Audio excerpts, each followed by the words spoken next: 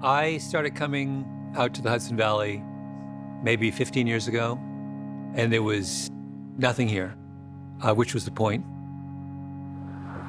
This side of the river, west side of the Hudson, was no man's land. My name's Malcolm Gladwell. I'm a writer. I hear that in some old, 60s hotel, there's a Mexican restaurant in a place where there shouldn't be a Mexican restaurant. And not only that, it's a great restaurant. It's become this kind of celebrated destination. How on earth did this happen? My name is Efren Hernandez, and I guess I'm the man behind the mystery. I actually came up here because of COVID. I was running two cool restaurants in Greenwich Village in Manhattan. One was called Babs and one was called Mimi. That was going well. I just got in a New York Times review, but then COVID hit. And my wife is from up here and she wanted to come up here, and I thought, all right, we can do that.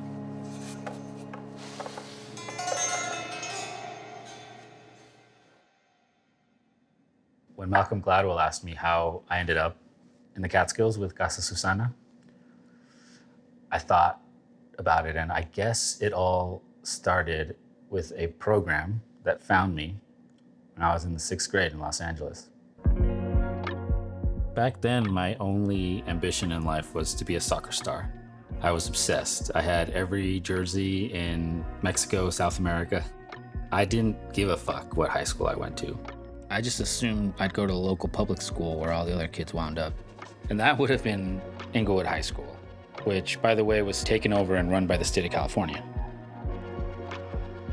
And then one day in middle school, I get pulled out of class. And of course, I think I'm in trouble, but I was actually sent to the other side of the school, and that was the Yes office. And then I kept getting called in, I think, once a week. And it was to do math. It was like math and logic. Around 8th grade, they started talking to me about high schools, about how maybe I should be going to one of these private schools that's like on the other side of Los Angeles, completely different world from where I'm from. And at first I wasn't sure about it, but they were like, you can do this. And then it kind of made me think that I could do it. In order to get into these high schools, you have to take the IC high school entrance exam.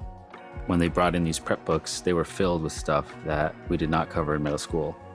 Yes told us, we're gonna figure this out, we're gonna study it, we're gonna do it, and then you're gonna take this test, and that's what we did. I was starting to get the math down, but it was the vocabulary test that was just brutal. I remember words on there that I'd never seen before, like haughty, H-A-U-G-H-T-Y. And where I came from, nobody uses words like that. And if you called someone that, it'd probably be the last word you used.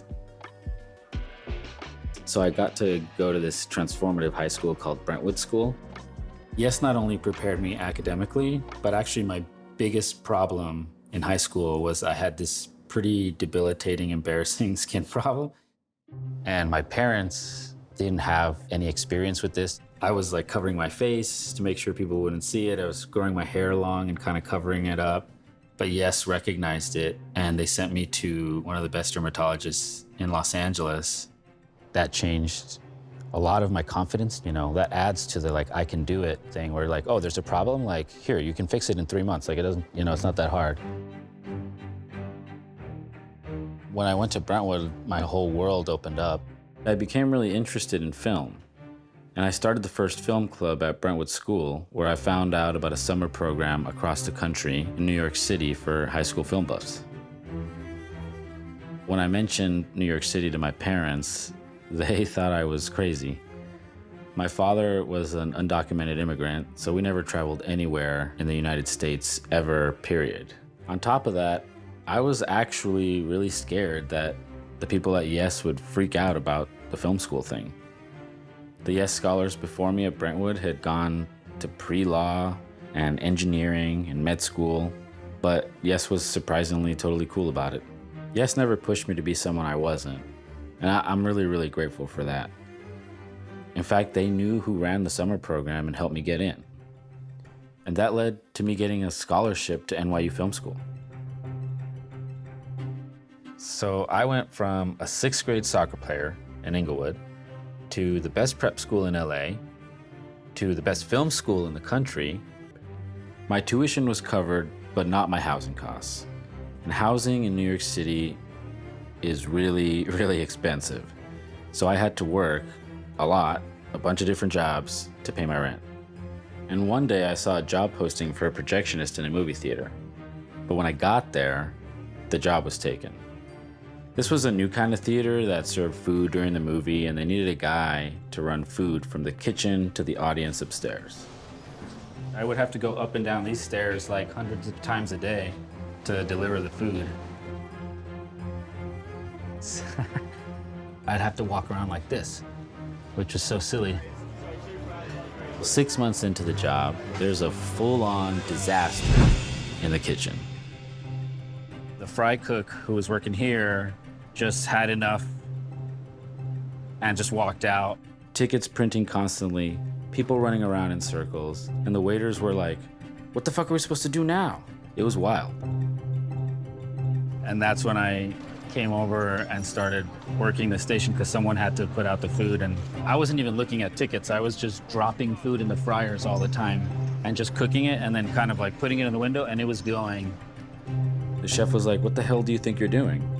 And I just said, "Don't worry, I can do this." And that's exactly how I started my career. Yes has been a part of my life for at least 20 years.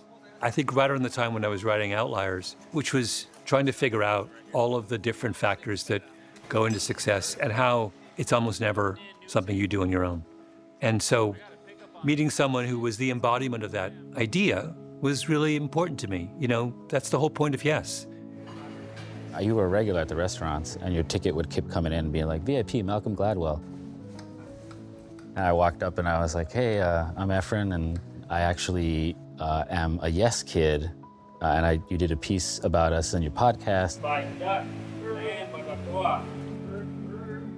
I was brought into this program as a kid who, on paper, probably didn't have a lot of opportunities and was most likely not gonna do anything, you know?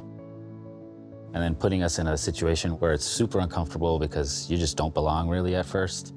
And so you start being like, okay, I can do that. When I started cooking, like, I just learned on the job, but I was still like, I can do this. I'm gonna run kitchens and I'm gonna get awards and I'm gonna be like a legitimate chef because I just have that ingrained in me from way back in middle school when I was told I could.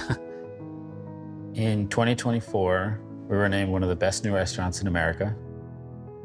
I was named Rising Star Chef of the Year. Later that same year, I got my first James Beard nomination. And this year, I got my second James Beard nomination.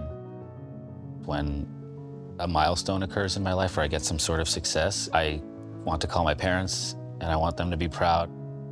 I want to call my wife and I want her to be proud. And then I call Yes, because I want them to be proud too.